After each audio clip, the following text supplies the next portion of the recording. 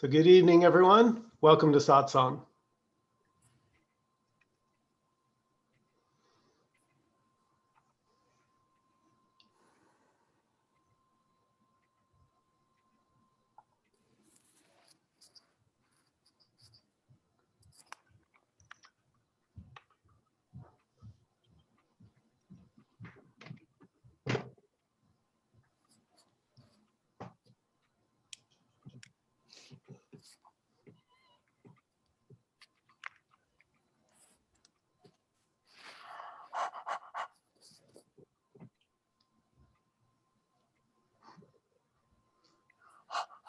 Oh. Don't laugh, Alice, because then I'll laugh.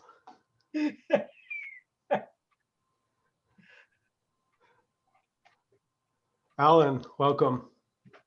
Sorry I'm late. No problem. Hi, guys. So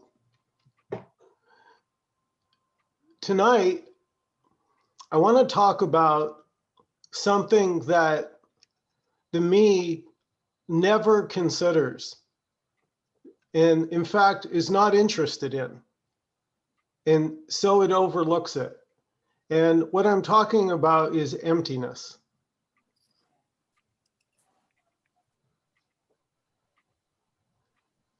So as a me, I'm always thinking about a something, a tangible, an object, something I can get my hands on, something that I can get hold of.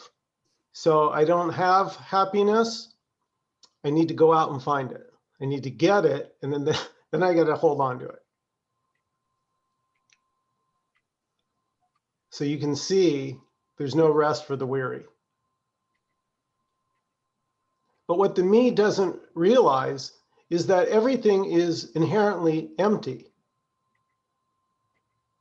And I want to go into this tonight because this emptiness pervades everything. So there's nothing that's not empty. But the me has this funny trick that it just pretends that everything's real and solid in the way I think it is. And that is such a lie. It is not real, it is not solid, and it's certainly not the way you think it is.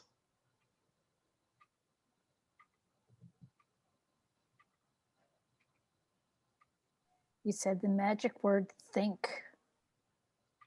Yeah. Yeah. See, we don't see thoughts as thoughts. We don't see our stories as just stories. We see them as the truth. A second, I'll let Dan in. Can we vote on that? Joan. Kidding. Here he It's comes. a joke. It's a joke. That was funny. So when I say emptiness, what do you hear?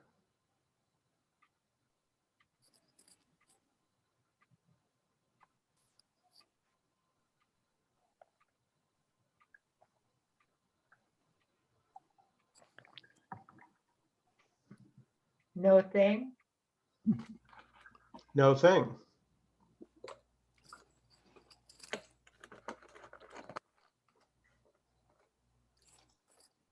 I have a jar that says empty on it. Yeah. Silence. No thing. Silence. Anything else that comes up when I say emptiness? Space.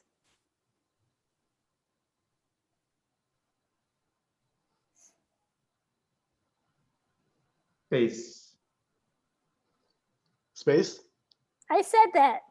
Oh, how about boundlessness or formlessness? Okay.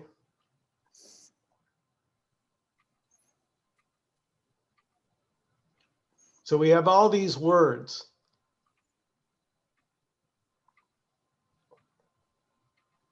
More things. So even the word emptiness is empty.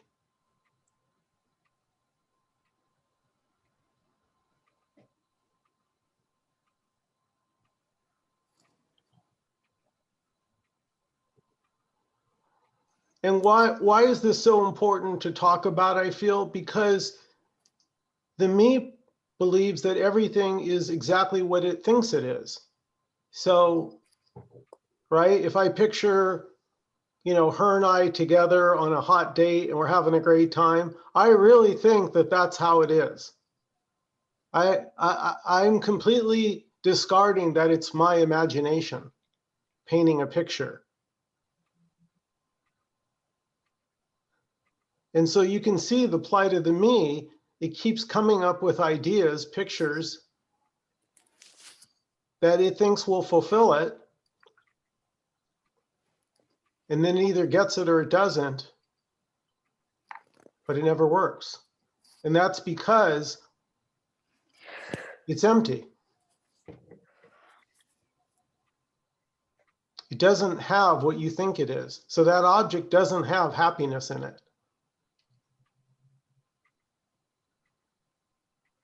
The happiness is not in the object.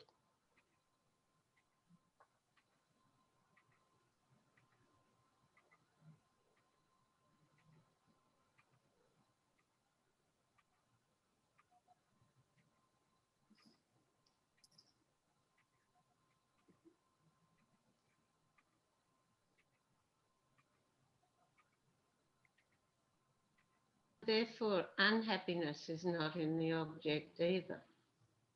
That's right. Very good.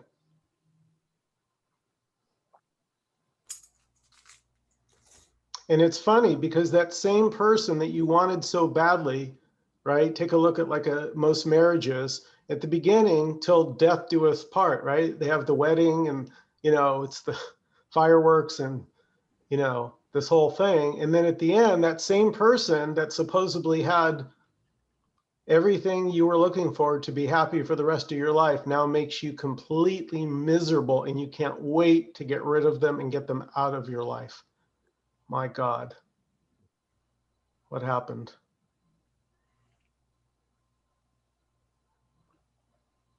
So you see the problem, right? We're going around looking for each other to make each other happy. You make me happy. What a burden to put on other people. I blame Disney.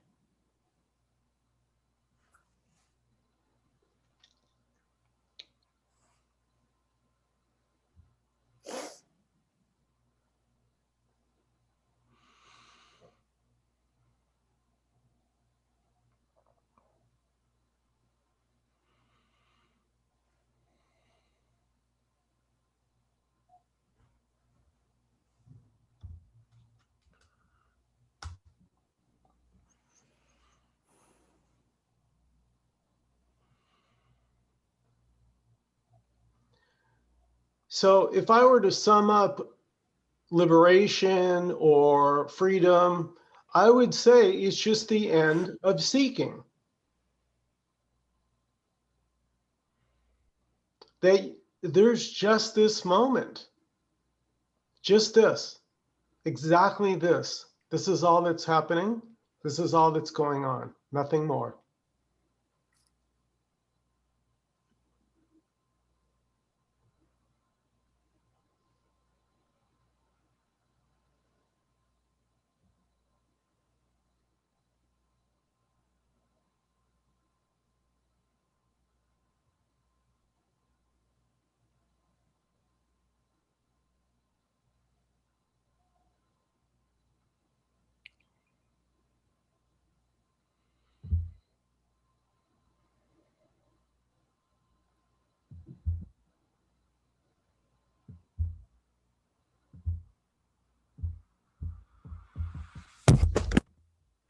Oops. I'm muting you. If I mute you, only unmute yourself if you're going to talk, please.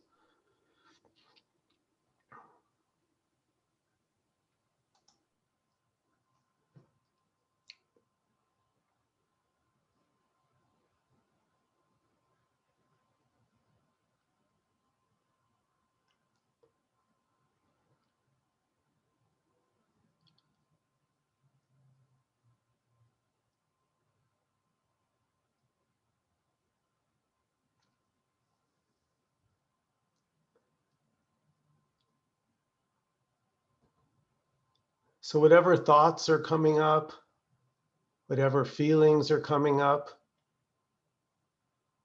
they're all inherently empty. They don't mean anything. They're just a thought. That's it.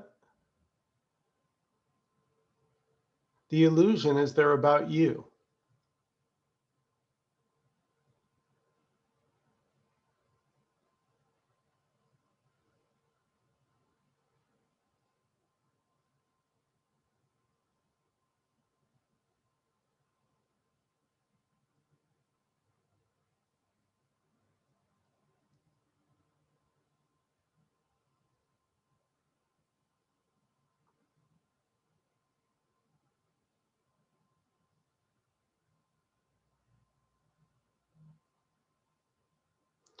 See, the me starts from the assumption that there's something wrong with you. Yeah? There's something wrong. And I need to get that fixed. But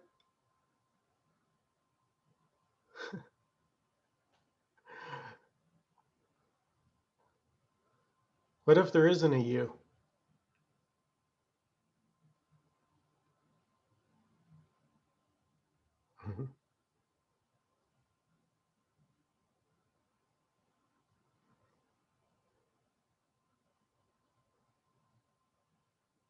Do you need a you? Could you? I know. Here we go. We should ask Faith. Faith, you can unmute. Do you need a me to drive a car? Oh, there we go. I What do you don't know. think? What do you I think? don't know.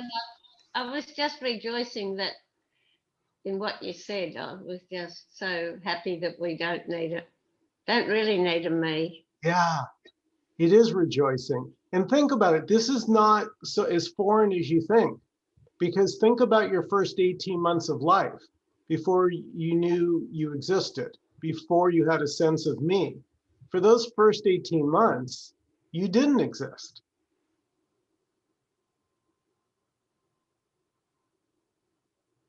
So again, I like the way Tim Kliss talks this. He says it just pretty much exactly as I see it, in that sense of separation is developmental. It's just part of the body's programming. So around 18 months, a sense of I'm here appears in the body. The sense of I'm localized here. And then once I'm here, and that feeling, that sense of existence, then comes everything else. So I'm here, and that's something other than me. So that's mama, that's dada. And this whole world of objects all appears in relation to me. Without me, you had no relationship to objects. You need a me to say that's a toaster, that's a wall, that's the sky. Without you saying all these things, and right now in this moment, without you claiming anything, what can you say is actually happening if you don't filter it through the me?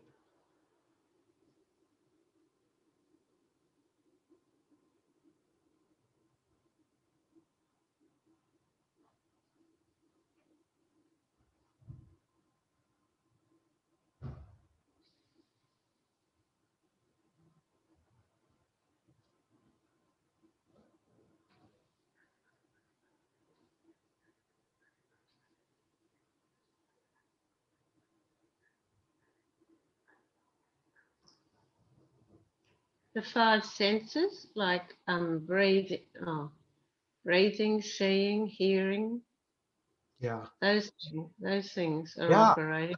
Yeah, exactly. Right? So all your functions, the functionality of the body, they still work. So the me, I'm telling you guys, the me is a credit taker. The me is saying, instead of there just being seeing, just seeing. Look how simple. Right now there's just seeing.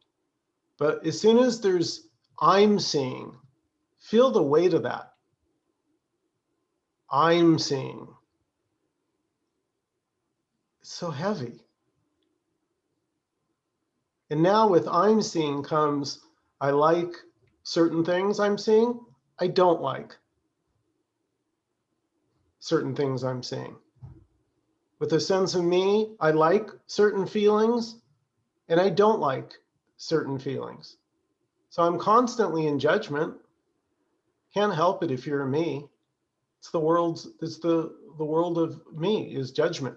But without that me there, without any judging, without making distinctions between this and that, saying, well, this is right and this is wrong, without that, there's just what's happening.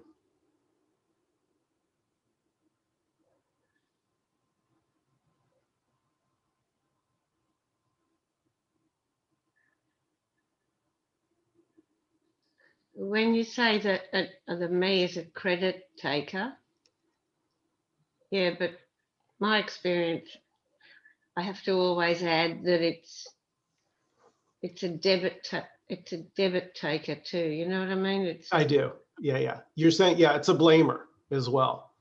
Yeah, they go together, Faith. Yeah.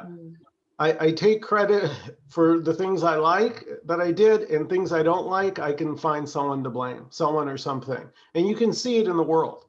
Everybody, you know, pointing fingers. How did this happen? You know, it's never ending.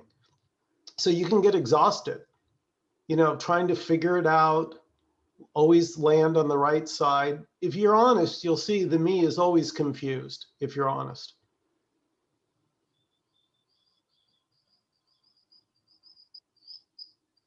well, it's never satisfied, and it's the source of addiction then, because addiction just goes on. Oh well, you know, it's the wheel, isn't it, with the hamster in it. Yeah, because it keeps seeking. So all we're saying is this is the end of seeking when you realize that literally there's just this moment. I can't emphasize that enough. There's literally just what's happening. And it's so simple and it's so in your face. Right here, this, you with your hand underneath your chin, with you laughing, with you sitting in front of your computer. This is everything appearing as this.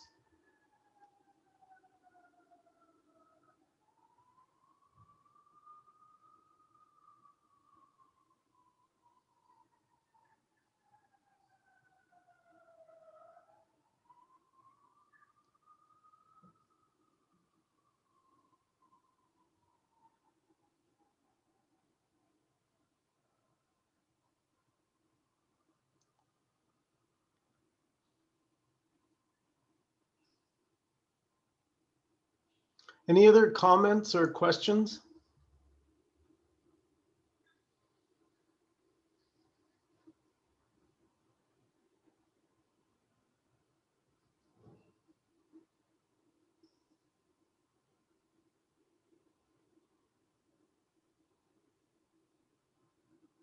You guys are letting me off too easy with this emptiness stuff because I had a private with Joyce yesterday, and we actually went through it just to. So who has something that they don't think is like, name an object, and let's see if it's maybe Michael's a big fibber, and maybe things are solid and not empty. But let's see who's got an object. Name something that you're sure is solid. Let's take a look. Ah, there's Ron's dog. Hey, Louie. Louie looks pretty solid. How's that? You want me to deconstruct Louie? Yeah, we could do it. So there's Louie, King Louie, Ron and Amy's dog, right? So what is Louie made of? What's inside Louie? You're gonna have to unmute some of you guys because I can't read lips. Blood and bones and Organs, Okay, good. And what's inside the blood and the bones and the organs? cells and atoms and molecules, Okay. And what's inside the cells and the atoms and the molecules? electrons and Protons. Okay, and what's inside electrons and protons and neutrons? Space. Space.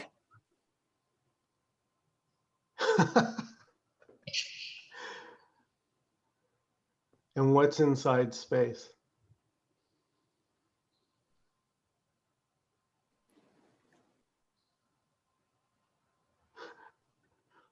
And by the way, what is space?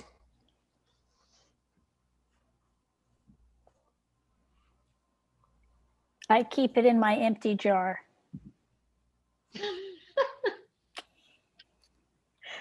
Thank you, Faith. Thank you.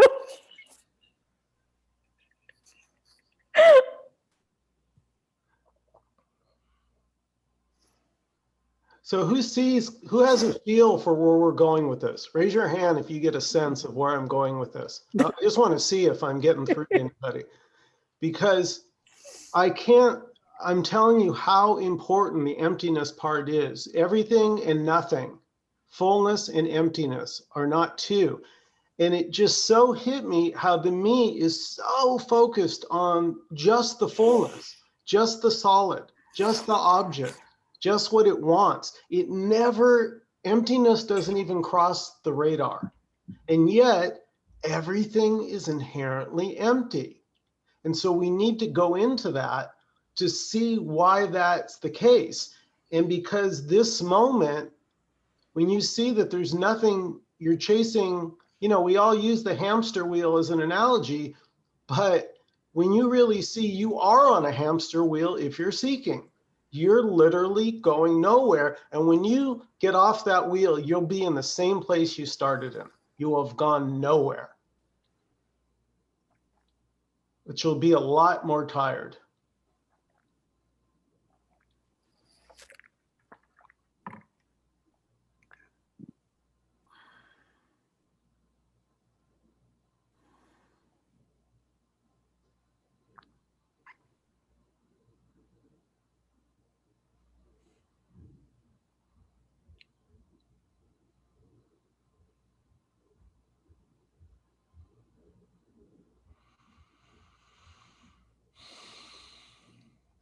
So another word for emptiness is not knowing. So emptiness, nothing, not knowing. So if you know something, you're not empty.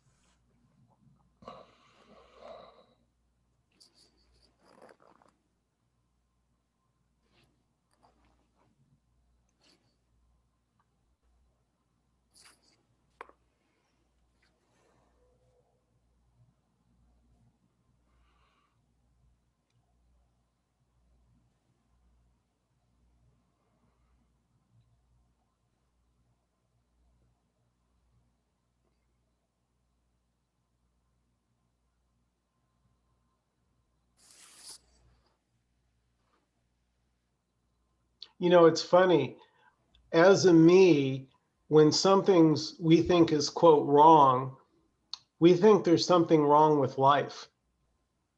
And with a little bit of thought, you may realize, or it may hit you intuitively, that life has always been whole, was whole before you got here, and it'll be whole after you leave here, and it's whole right now. So life is already whole and complete, but the me is so full of itself that it thinks that life is actually broken, that something's wrong with life because I'm suffering. And nothing's wrong with life. Life is always whole. You can't hurt it. You can't break it. So the idea that something has gone wrong, you need a me for that, to claim that, to believe a thought.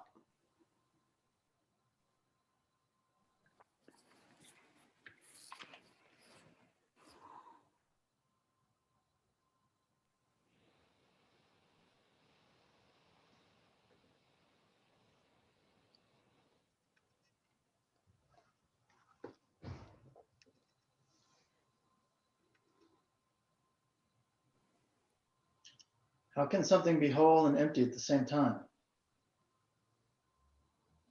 You're just trying to get on my good side. Yes. Yes. That's it, Charles. Ding, ding, ding. It's both whole and empty at the same time. And how that could be is completely a mystery. It's the paradox of all paradox. And it can't even be, I wouldn't even begin to try and explain it.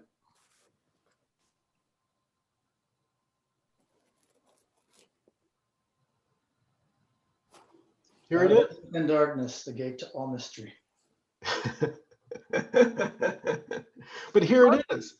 I can give a simple cheater answer to that. Well, how can it be whole and empty? I mean, full. Well, what did you say? Whole and empty at the same time. Full and empty. Well, full and empty are both concepts. They're words. But the thing that how could the way it is not a word. It's not a concept. So that's how it can be. Because the way it is beyond. It's beyond the full and beyond the empty. And that's what we're always pointing to here. We tend to get stopped at the word, you know, and then we think the word is the thing. Oh, it's either it's full, it's empty. But those are all concepts, part of our story that we build the world, you know, build experience out of. But what we're trying to point to is what's beyond that concept? What is the real thing, what we're really living? It's something that's full, empty. There. I just answered the unanswerable. Well, there's the referential integrity that we try to force upon words. Mm-hmm. There's also, you know, the way Michael was using words to begin with, which was it's full and complete, and at the same time has no solidity to it. It's the essential dichotomy there.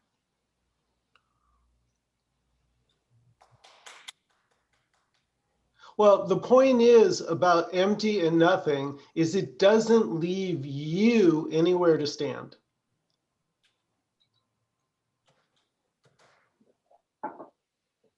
Which is where we're always standing. The only place wherever we ever are is nowhere, where there's nowhere to stand. And then, but we forget about that because that doesn't make sense. It's not logical. It's not languageable. So we just replace what actually is with this idea, oh, I must be somewhere. I must be here. I must have a word for it. So that's what we're trying to poke a hole in. Yeah. Yeah, no, that's nice, Dan, because it is the first illusion is that I'm here.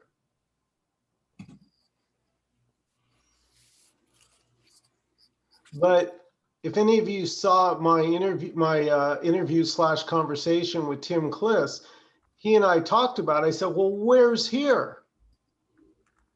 Where's here? Where is here?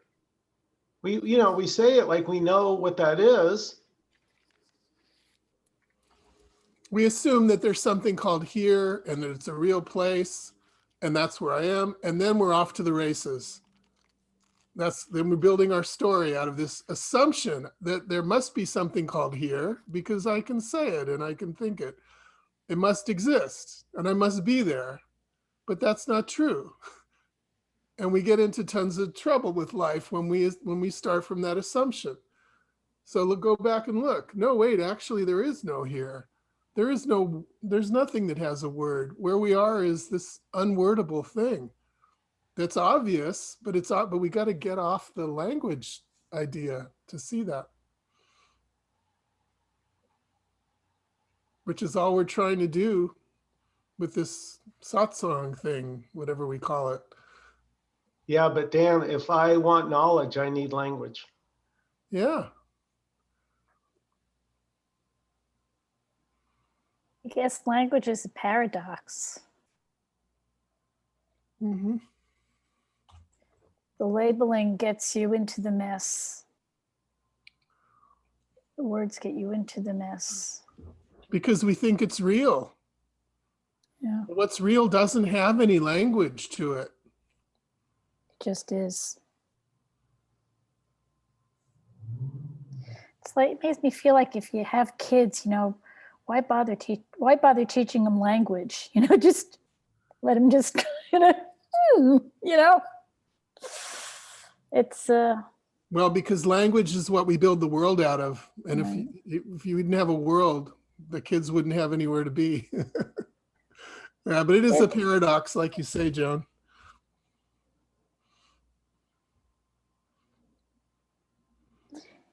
it's like we spend a certain number of years constructing everything, and then you get to a point where you want to dismantle it all. If you get to that point. Well, you don't have to dismantle it. You just have to see that it isn't true. Right. Yeah. Well, The trouble is we keep believing that it's true. That's the conditioning, is that we believe that it's actually real. yeah. So whenever I get a little down, I just remember I'm full of shit and everything's right again. Yeah, but the Only we could do about that. Joan, is there's still an I there. Mhm. Yeah, I know I'm full of shit. Yeah. Well, yeah.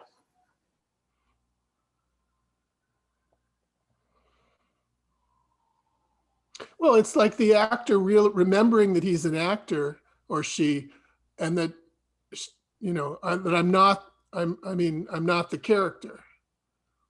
Because we forget when we think we're the character, and then everything's off kilter. Off the rails. Yeah. Yeah. But the antidote is simply remembering, oh, wait, oh, that's right. This was just a character. This was Well, that's kind of what I'm pointing to. Yeah. I just kind of put it in words like that, but Yeah. just. Well, we're saying the same thing. But it's an addiction where the minute you let your guard down, it starts creeping in there again, and then you're like, oh, right, and just so there's an incessantness. It starts happening, and then you catch it, and you go, oh, there it is again.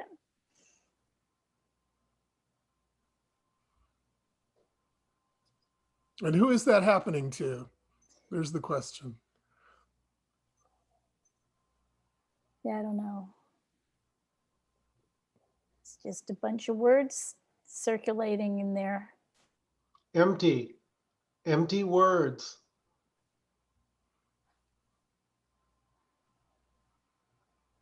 They are empty. If I was speaking Russian, probably most of you wouldn't know what I was saying. You would go, oh, Michael's words don't make sense. I don't speak Russian. But because you have learned English, you know these words, but they're just as meaningless. That's what Dan was pointing to. All words are empty, inherently empty. They don't change. Like, for instance, watch this. If I say, I really like this moment, check out the moment. Here it is. I really like this moment. Or I say, man, I really don't like this moment. Okay, check out the moment. Do you get the sense that the moment gives a shit what I think about it? No, life doesn't care. Life doesn't care what you think of it. That's so freeing. It means that you can't do it wrong. All this beating yourself up and feeling guilty because you think you've done something wrong. No. That's the me. Blame, guilt, judgment are all qualities of the me. Look in this moment. Without a me here, can you find guilt or judgment? Yet Tim says you can't do it wrong, but you can't do it right either. That's right. I love that. I know, but that's the giving up. If you can't do something wrong and you can't do it right, what's the point? Why would you? There's nothing to do. It's already happening. It's already being done. Life doesn't need you.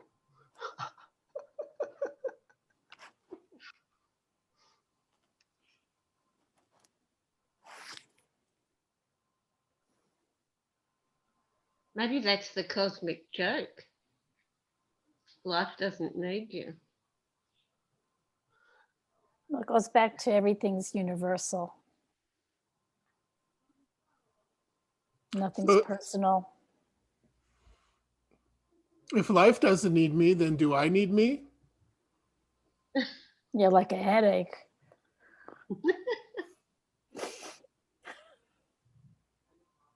If I need me, then I'm going to spend all of life running around trying to, fulfill me's idea of what I should be doing, how to solve the problem, me's opinions, agendas, judgments, this whole, oh, it's going to, that's my whole life then. And that's what I'm doing if I think that there's a me and that I'm me. Yeah. And notice I'm living for that crazy thing. Yeah, go ahead. notice it's never enough for the me. Notice that, guys. That's why it's a hamster wheel. It's Yeah. like an inherent scarcity.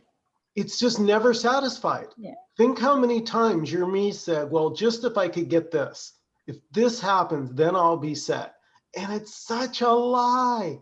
I'm telling you, it's Charlie Brown and Lucy pulling the football away. Every time life is going to disappoint.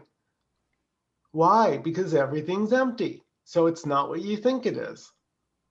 That's why all experiences fade over time. Something that jacked you up, a week later, you're like, it doesn't have the same charge anymore. And that's by design, guys. That's by design. So you'll keep seeking. See, there's nothing wrong with seeking. It's just not you.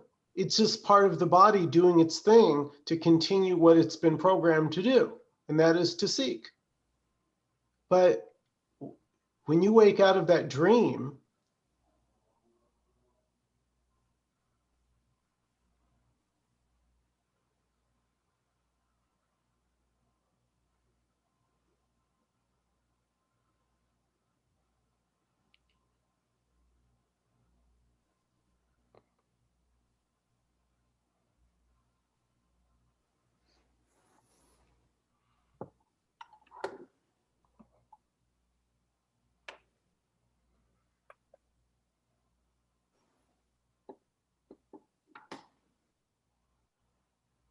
And when you see this, the seeking won't go away, right? The story still goes on because all there is the story of me. But if you see this, if you get it, it's not your problem anymore. Because I'm not that one, that thing that's telling a story. Yeah, you can lose That's the interest. difference. You can lose interest in it. Exactly. Have you ever lost interest in something? Maybe something that you used to like to do, you don't do it anymore. That can happen with this, with the seeking. Before, seeking seemed so important and it was so serious and it was all you thought about. Me, what can I get? And here's the problem. When I'm seeking, I'm missing the fullness of this moment. This moment is so full with sights and sounds and colors and smells and the wind and the temperature. There's so much aliveness. But where's that aliveness when I'm totally tunnel vision on my story? On, me. I need to find X, Y, and Z. I need this to happen. That's all my focus is on that. So I'm missing everything else that's right here. The peace, what I'm looking for, the peace, that's what you're looking for. Whatever object you think you're looking for, really, we're all looking for love and peace. And that's not in an object. That's the illusion that you're going to go find love and peace. It's already here now. The love and peace is here when you're not.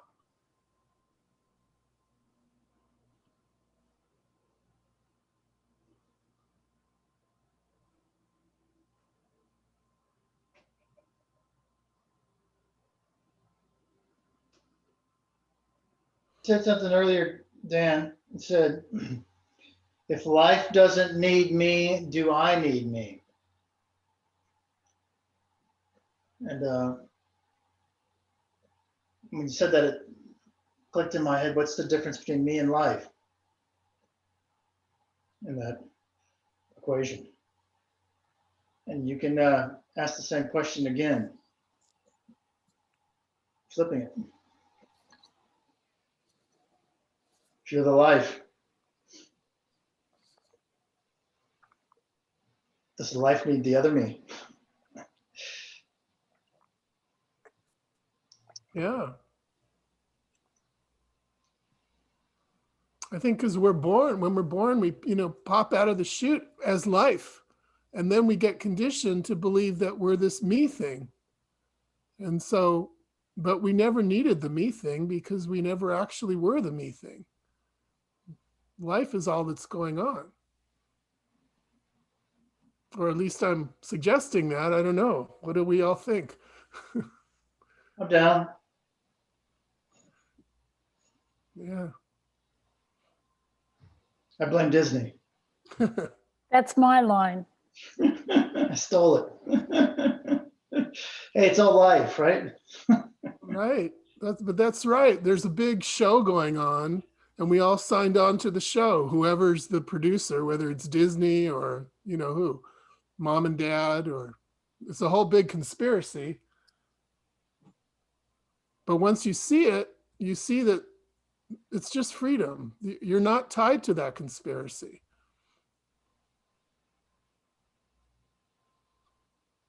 It never happened. Great line. Real. It's a great line. I'm not tied to that conspiracy.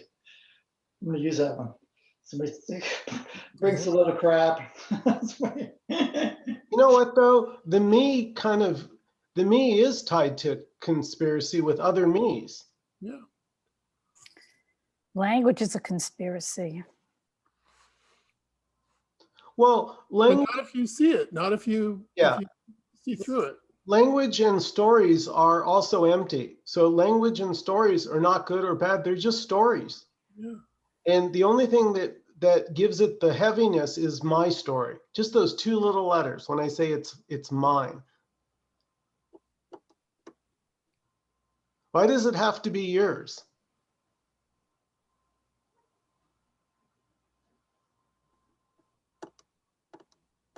Can't be. Can't be yours. Why do you say that? You can't own it. There's no to you to own it. Yeah. And that's even if it feels like a you. So I'm acknowledging you can feel like a me, so to speak, but I say, so what? Who cares? So you feel like a me. I see so many people freaking out because they still say, well, I still feel like a me. Big deal.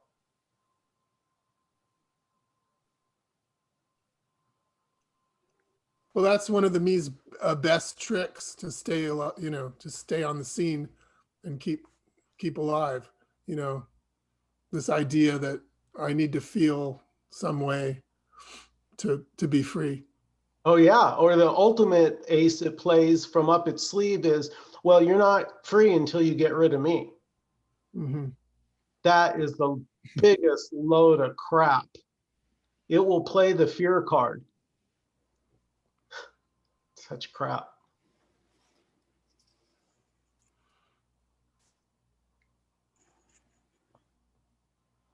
But isn't it basically about control? Like that the me is just fearful of losing control. Sure. Mm-hmm. But there is no control. So if you identify faith as the me, then you're always going to seek control because you think you need it. But there is no control, none. And there's such freedom in that. I know it sounds, like an oxymoron or a paradox or something when I say there's freedom in complete and total insecurity, but that's how it is. The me's plan is I'm going to control my way to happiness, to whatever it is that I need and I'm looking for. Control is the train that's going to get me there. And that's what we've been doing. Yeah. Yeah.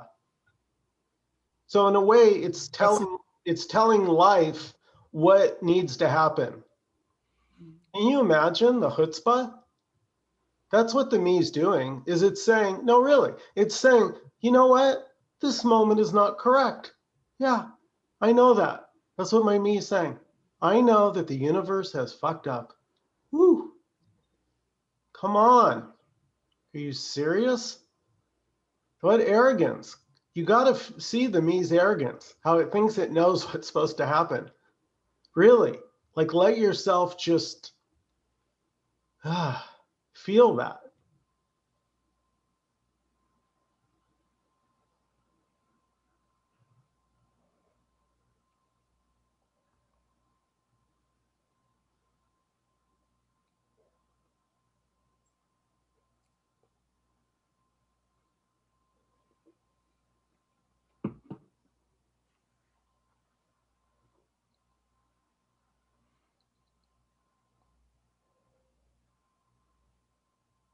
See, control doesn't come empty-handed. If you want control, once you think you have to control something, it's not a one and done deal. For instance, if you get a new car, now I've saved up, I got a new car, and now what? I got to take care of it. What if somebody hits it in the alley or something? Or I got to get insurance for it and I can't afford insurance. So you can see, again, as I say, there's no rest for the weary. Control leads to more control. It doesn't lead to freedom.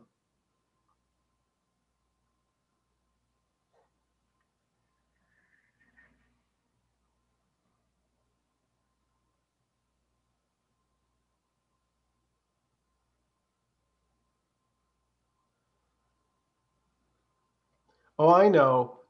If there's no control, the world will fall apart. That's what's going on. Such bullshit, right? Look at how much we're trying to control. And life is saying,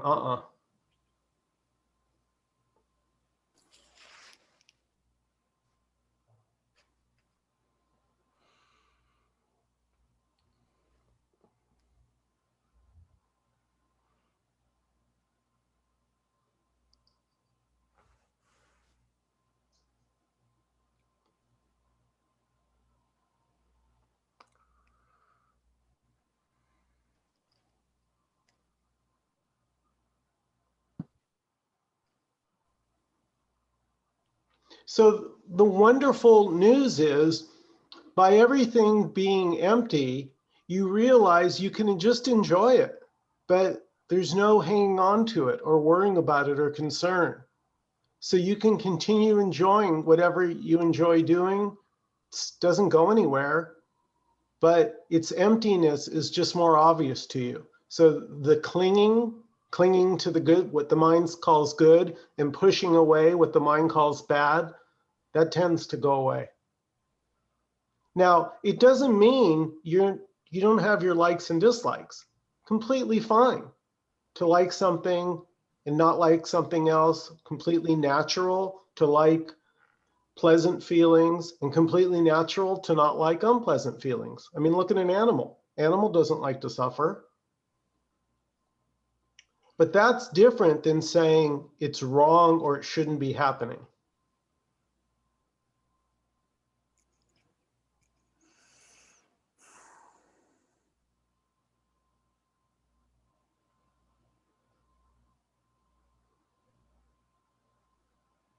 Any other comments or questions before we close out this evening?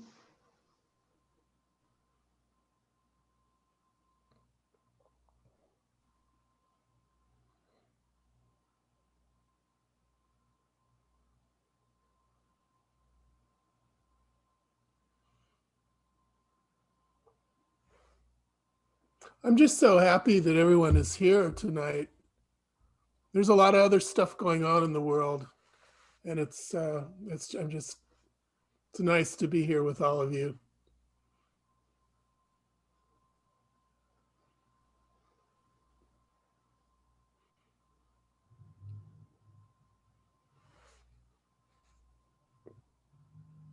Yes, it Hey, is. Jack.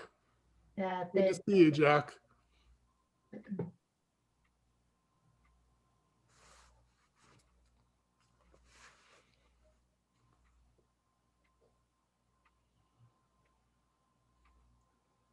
Yeah, this satsang will never be popular because the me's not looking for nothing. There's nothing on offer here. This is one of the very rare meetups. You don't get anything. Most meetups, they'll give you information and activities and things you can do to improve. Not here. Paradox of a non-dual meetup. Yeah. Well, but you know why? You know why, Charles? Because you are what you seek. Of course. Yeah. So if you are what you seek, then you don't need anything. What you need, and need is not even the right word, but it's the falling away of this idea of being a me. Because the me is separation. The me is a claim of I'm separate. I'm separate from life. And it's just not true, even if it feels that way.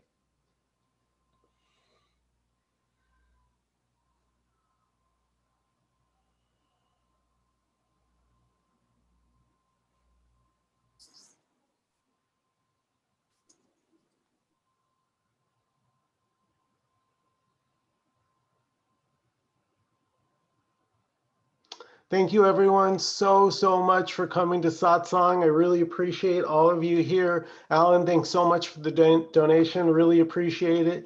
Guys, have a great week, and I'll get this up on YouTube in the next 24 hours or so. Thank you, Michael. You guys. Thanks, Have a good everybody. week. You're welcome. Good Thanks. night, everyone. Thanks, Dan.